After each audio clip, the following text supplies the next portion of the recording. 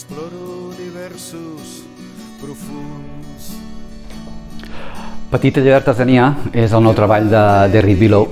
Bàsicament, nosaltres com a grup ens caracteritzem per intentar reflectir en cada treball musical com estem tocant en un moment puntual. Per tant, Petit taller d'artesania el que intenta significar és la manera amb la que nosaltres actualment estem interpretant les cançons que formen part d'aquest EP i la manera com que nosaltres portem durant un temps tocant en diferents locals.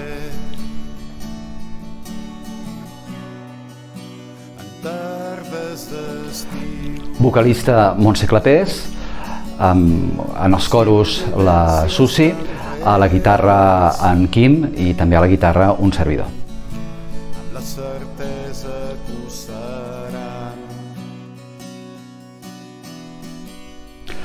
Com parlàvem abans, els diferents treballs musicals de Derry Billow intenten mostrar la manera en la que actualment interpretem les nostres cançons. Aquest EP, aquest treball musical, és de caràcter acústic i, per tant, quan tinguem l'oportunitat de venir aquí a la Biblioteca Central, que per nosaltres és un gran honor, doncs farem la interpretació dels diferents temes que configuren aquest EP de manera acústica, tal com estan enregistrats en el treball musical que us hem dit.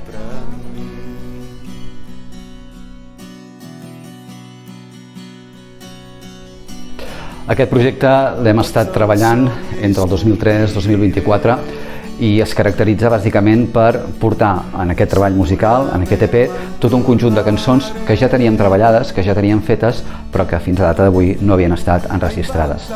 Com us deia abans, doncs tindrem el luxe, el gust de venir aquí a la Biblioteca Central de Terrassa el proper 19 d'octubre a presentar aquest treball musical.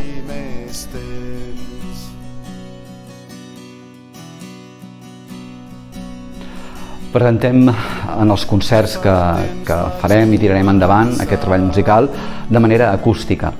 No només perquè així està enregistrat en aquest EP, sinó perquè també l'estil de Derry Billow està transitant per una via de caràcter nostàlgica, per una via de caràcter reflexiva i per tant entenem que aquest sistema, aquest model acústic dona peu a que les persones, el públic, pugui centrar-se potser més en les cançons, en aquest sentit en la lletra de les cançons, lògicament acompanyades de la melodia, i que pugui donar peu a aquests moments de tranquil·litat, de serenitat, a l'hora que pensen, a l'hora que reflexionen, a l'hora que treuen les seves conclusions dels diferents temes que nosaltres plantegem en cada una de les cançons que componen el disc.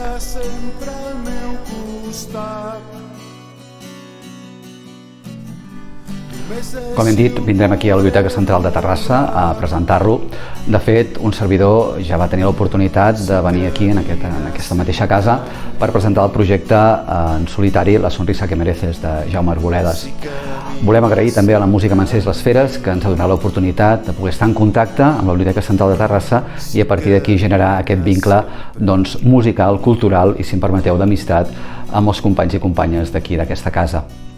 El vincle amb les biblioteques, sobretot d'un servidor, es remunta a quan s'estudiava l'EGB, a quan s'estudiava el COU, que tantes i tantes vegades havíem d'anar precisament a les biblioteques per poder trobar aquell llibre, per fer aquella consulta, per poder tirar endavant un treball que els professors o les professores ens indicaven. Per tant, les biblioteques sempre són màgiques i esperem que mai de la vida desapareixin. Mai faré la millor cançó del món. Mai guanyaré un concurs i seré... Fem música perquè ens agrada, perquè disfrutem de la mateixa. També moltes vegades ens serveix com una via de desconnexió dels problemes mundans i quotidians. També és una via per la qual els membres del grup ens ajuntem i no únicament assagem, sinó que també passem estones molt agradables entre nosaltres. I també ens ha interessat fer aquest EP perquè, com us hem anat explicant al llarg d'aquesta entrevista, intentem mostrar com a data d'avui Derry Billow està actuant, està materialitzant els seus diferents projectes musicals, les seves cançons. Per tant, serien aquests els motius pels quals ens agrada fer la música, fem música i per què volem enregistrar o per què hem enregistrat aquest últim treball musical, Petit taller d'artesania.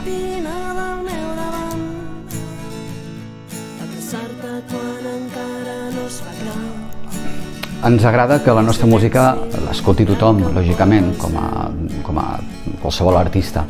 De totes maneres, penso que aquesta música, aquest treball musical, no és tan dirigit a un grup de persones, sinó que està dirigit a uns moments determinats, a uns temps determinats. donada la textura de les cançons que hi ha en aquest EP, pensem que van dirigides en aquells moments en els quals ens podem trobar més en silenci, ens podem trobar més en una situació de reflexió, ens podem trobar en uns moments, jo que sé, per exemple, no? Surts d'una festa, surts d'un cinema, t'apropes a casa teva, amb una posta de sol, doncs et pots ficar aquest EP, o per exemple estàs a la platja, més o menys amb tranquil·litat, quan ja ha marxat tota la gent, aleshores et pots posar aquest EP també. Vull dir, moments no tant a persones, que sí, a tothom, lògicament, però sobretot destinat a que sigui escoltat en aquells moments més íntims i podríem dir més autoconscients de la persona o del públic en el qual doncs, el vulgui escoltar i es vulgui assomar, si quiere assomar, en aquest treball musical. Sempre tindré els llums de la matina del meu davant. Per nosaltres seria un gran gust el poder comptar amb tots vosaltres, amb totes vosaltres, el proper dia 19 d'octubre aquí a la Biblioteca Central de Terrassa, perquè vingueu a escoltar aquestes cançons, aquesta nova proposta musical i gaudir d'un dia meravellós i fantàstic, no únicament perquè nosaltres interpretem aquestes cançons, sinó també d'aquest entorn meravellós que és la Biblioteca Central de Terrassa. Moltes gràcies. Abraçar-te quan encara no es fa clar i en silenci gran que em porta al cel per escoltar-lo amb tu un cop més.